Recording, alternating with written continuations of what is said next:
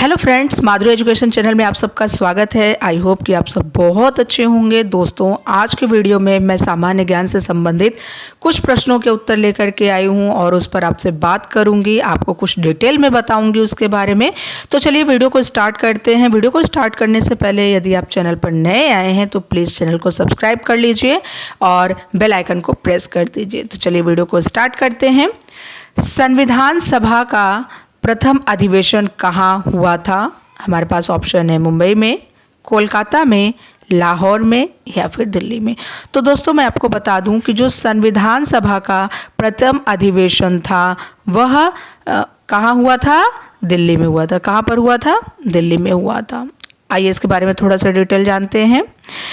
9 दिसंबर 1946 यानी कि 9 दिसंबर 1946 1946 को संविधान सभा की प्रथम बैठक नई दिल्ली स्थित काउंसिल चैम्बर के पुस्तकालय भवन में हुई थी। सभा के सबसे सीनियर सदस्य डॉक्टर सच्चिदानंद सिन्हा इसके अस्थायी सदस्य चुने गए थे। बाद में मुस्लिम लीग के बहिष्कार के फलस्वरूप 11 दिसंबर 1946 को डॉक्टर राजेंद्र प्रसाद को स्थायी अध्यक्ष चुना गया था, यानी कि अस्थायी अध्यक्ष डॉक्टर सच्चिदानंद सिन्हा जी को चुना गया था और स्थायी अध्यक्ष डॉक्टर राजेंद्र प्रसाद जी को चुना गया था तथा उनकी अध्यक्षता में संविधान निर्माण की प्रक्रिया प्रारंभ हुई थी। तो संविधान सभा का प्रथम अधिवेशन नई दिल्ली में हुआ था। कहाँ हुआ था दोस्तों? नई दिल्ली में।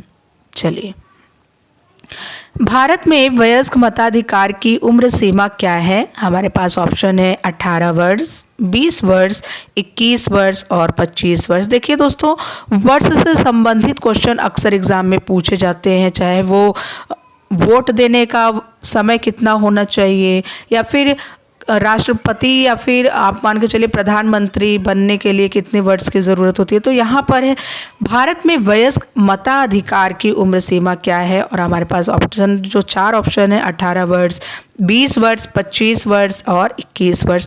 तो दोस्तों, मैं आपको बता दूं कि जो भारत में वयस्क मताधिकार की उम्र सीमा है वह है 18 वर्ष। क्या है? 18 वर्ष।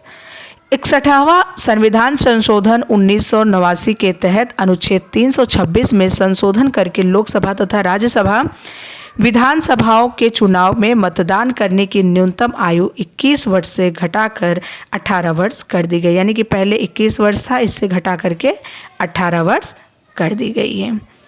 चलिए, राष्ट्रीय प्रतीक में सिंह के शिरों की संख्या कितनी है? ऑप्शन है 3, 4, 2, 1। तो दोस्तों, राष्ट्रीय प्रतीक में जो सिंहों की संख्या है यानी कि सिंह के सिरों की संख्या है वह है 4 है। कितने हैं? 4 हैं। भारत का राष्ट्रीय, यहाँ पर 4 है। भारत का राष्ट्रीय प्रतीक सारनाथ के अशोक स्तंभ से लिया गया है। मूल स्तंभ में शीर्ष पर 4 सिंह हैं जो एक दूसरे की ओर पीठ किए हुए हैं।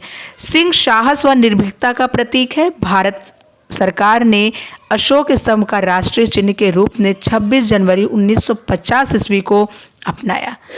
चक्र के दाईं ओर एक सांड कृषि प्रधान अर्थव्यवस्था का प्रतीक है और चक्र के बाईं ओर एक घोड़ा अदम्य शक्ति, परिश्रम व गतिशीलता का प्रतीक है। फलक के नीचे मुंडकोपनिषद का सूत्र वाक्य सत्यमेव जयते देवनागरी लिपि में अंकित है, जिसका अर्थ है सत्य की ही विजय होती है। तो राष्ट्रीय प्रतीक में सिंह के शिरों की संख्या यानी कि शीर्षों की संख्या कितनी है? 4 है। आपने देखा होगा कि ऐसे सिंह ऐसे इधर और इधर ऐसे फेस करके बैठे रहते हैं, एक सामने की तरफ होता है। तो दोस्तों, इसके पीछे भी एक सिंह होता है, ठीक है, जो हमें दिखाई नहीं देता सामने से। चलिए बढ़ते नेक्स्ट क्वेश्चन की तरफ। निम्नलिखित में से योजना आयोग किस प्रकार की संस्था है? संवैधानिक निकाय, परामर्शदात्री, सहकारी संस्था या उपरोक्त में से कोई नहीं। तो दोस्तों, जो योजना आयोग किस प्रकार की संस्था होती है वह होती है परामर्शदात्री। कैसी होती है? परामर्शदात्री होती है। योजना आयोग का भारतीय संविधान में कोई उल्लेख नहीं है।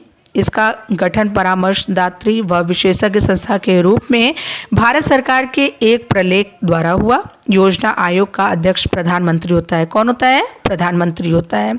योजना आयोग का गठन 15 मार्च 1950 को हुआ था। 15 मार्च 1950 को हुआ था, ठीक है। मार्च 1950 को हुआ था। इसके प्रथम अध्यक्ष पंडित जवाहरलाल नेहरू थे, यानी कि योजना आयोग के अध्यक्ष जो पहले अध्यक्ष थे वह प्रधानमंत्री जवाहरलाल नेहरू थे। 1 जनवरी 2015 को योजना आयोग का नाम बदलकर नीति आयोग कर दिया गया। वर्तमान में नीति आयोग के उपाध्यक्ष डॉक्टर सुमन बेरी तथा मुख्य कार्यकारी अधिकारी अमिताभ कांत हैं। तो योजना आयोग किस प्रकार की संस्था है? परामर्शदात्री संस्था है। कैसी है? परामर्शदात्री संस्था है। राष्ट्रीय विकास परिषद की स्थापना निम्नलिखित में से किस वर्ष हुई? वर्ष 1950, वर्ष 1951, वर्ष 1952 या फिर वर्ष 1954। तो दोस्तों मैं आपको बता दूं कि राष्ट्रीय विकास परिषद की स्थापना 1952 ईस्वी में हुई थी। कब हुई थी? 1952, वर्ष 1952 ईस्वी में हुई थी। भारत में 6 अगस्त 1952 ईस्वी को राष्ट्रीय विकास परिषद का गठन किया गया था। यह एक कार्यकारी निकाय है। यह देश की पंचवर्षीय योजनाओं का अनुमोदन करती है। प्रधानमंत्री राष्ट्रीय विकास परिषद का अध्यक्ष होता है। सभी केंद्रीय कैबिनेट मंत्री एवं राज्यों के मुख्यमंत्री या उनके विकल्प केंद्र शासित प्रदेशों के प्रतिनिधित्व और उन नीति आयोग के सदस्य होते हैं।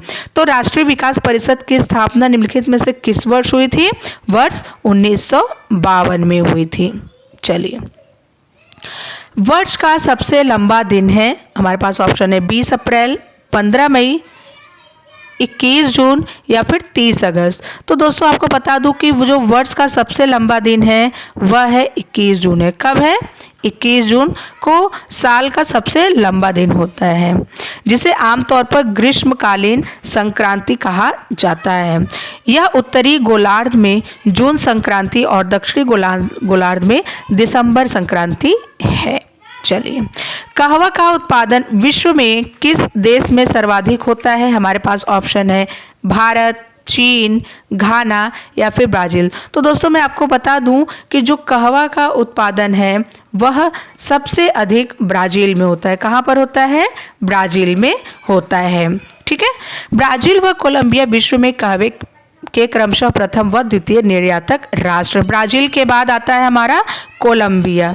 ठीक है, जबकि कहवा उत्पादक राष्ट्रों में ब्राज़ील, वियतनाम और इंडोनेशिया का क्रमशः शीर्ष स्थान है। कहवा या कॉफ़ी का पौधा भारत में 18वीं शताब्दी में ईस्ट इंडिया कंपनी द्वारा लाया गया था। भारत में विश्व के उत्पादन का केवल 4.5% कहवा ही पैदा होता है, यानी भारत में 4.5% ही कहवा पैदा होता है।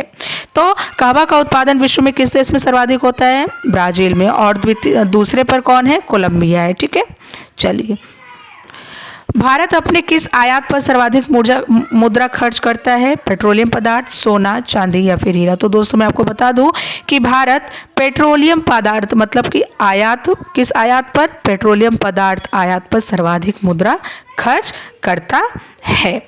आज भारत अपने निर्यात आय का लगभग 75% कच्चे तेल के भुगतान पर खर्च करता है। नाम यानी कि NAM नाम का प्रथम सम्मेलन कहाँ हुआ था? बेलग्रेड, नई दिल्ली, श्रीलंका या फिर काहिरा। तो दोस्तों मैं बता दूं कि नेम जो है नाम का प्रथम सम्मेलन बेलग्रेड में हुआ था। कहाँ हुआ था? बेलग्रेड में हुआ था। नाम गुट निरपेक्ष आंदोलन राज्यों का एक संगठन है जिसने शीत युद्ध के दौरान औपचारिक रूप से संयुक्त राज्य अमेरिका या सोवियत संघ के साथ खुद को संरेखित नहीं किया, लेकिन स्वतंत्र या तटस्थ रहने की मांग की। कुल 120 राज्य नाम के सदस्य हैं। जवाहरलाल नेहरू संस्थापक सदस्यों में से एक थे।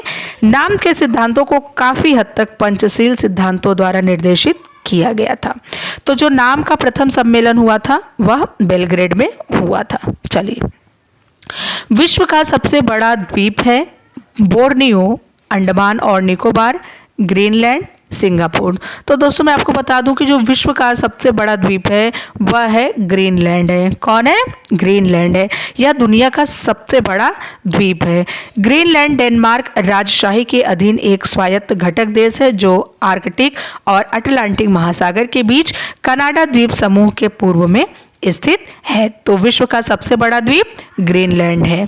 चलिए, 1 घंटे में समयांतर में देशांतरीय दूरी होगी क्या होगी? 15 डिग्री, 30 डिग्री, 45 डिग्री या फिर 60 डिग्री। तो दोस्तों मैं आपको बता दूं कि 1 घंटे में समयांतर में देशांतरीय दूरी होगी वह होगी 15 डिग्री, यानी कि क्या होगी 15 डिग्री। पृथ्वी को एक एक घंटे में 24 समय क्षेत्रों में बांटा गया है। इन समय क्षेत्रों को ग्रीनविच मीन टाइम या मानक समय में 1 घंटे के समय अंतराल के आधार पर विभाजित किया गया है। प्रत्येक जोन 15 डिग्री के बराबर होता है। 0 डिग्री देशांतर रेखा द्वारा अंतर्राष्ट्रीय मानक समय का निर्धारण किया जाता है। यह United Kingdom, France, Spain, Algeria, Mali, Burkina Faso, Togo, Ghana और अंटार्कटिका देशों से होकर के गुजरती है। तो 1 घंटे में समयांतर में देशांतरीय दूरी होगी 15 डिग्री होगी। कितनी होगी? 15 डिग्री होगी। चलिए, विजयनगर राज्य किस नदी के किनारे स्थित था? तो दोस्तों मैं आपको बता, यहाँ पर ऑप्शन हमारे पास है गंगा, कावेरी, तुंगभद्रा या फिर कृष्णा। तो दोस्तों बता दूं कि विजयनगर जो नदी है वह तुंगभद्रा नदी के किनारे स्थित है। वह राज्य किस नदी के किनारे स्थित है? तो वह तुंगभद्रा नदी के किनारे स्थित है। विजयनगर साम्राज्य, जिसे कर्नाटक साम्राज्य और पुर्तगालियों द्वारा विजयनगर साम्राज्य भी कहा जाता है, यह भारत के दक्कन क्षेत्र में तुंगभद्रा नदी के उत्तरी तट पर स्थित है। इसकी स्थापना वर्ष 1936 ईस्वी में संगमा राजवंश के 2 भाई हरिहर राय और बुक्का राय द्वारा स्थापित किया गया था, जो गोपाल समुदाय के सदस्य थे और वे यादव वंश से थे। हम्पी विजयनगर की पुरानी राजधानी का प्रतिनिधित्व करता है। विजयनगर का वर्तमान नाम हम्पी हस्तिनावती है। तो दोस्तों आज की वीडियो आपको कैसी लगी? वीडियो अगर पसंद आई हो तो प्लीज़ चैनल को सब्सक्राइब कर लीजिएगा और कमेंट में हमें ज़रूर बताइएगा। मिलेंगे नेक्स्ट वीडियो में एक अच्छे से टॉपिक के साथ। दोस्तों मेरी कोशिश यही रहती है कि मैं ऐसे ऐसे टॉपिक्स आपके लिए लेकर के आऊँ, ऐसे ऐसे क्वेश्चन आपके लिए लेकर के आऊँ जो एग्ज़ाम में पूछे जाते हैं और आपका फोकस सिर्फ ऐसे प्रश्नों पे रहे जिससे आपकी कुछ तैयारी हो सके, कुछ आपको मार्क्स अच्छे मिल सके। तो चलिए आज के वीडियो में बस इतना ही। मिलते हैं नेक्स्ट वीडियो में एक अच्छे से टॉपिक के साथ। तब तक के लिए नमस्कार।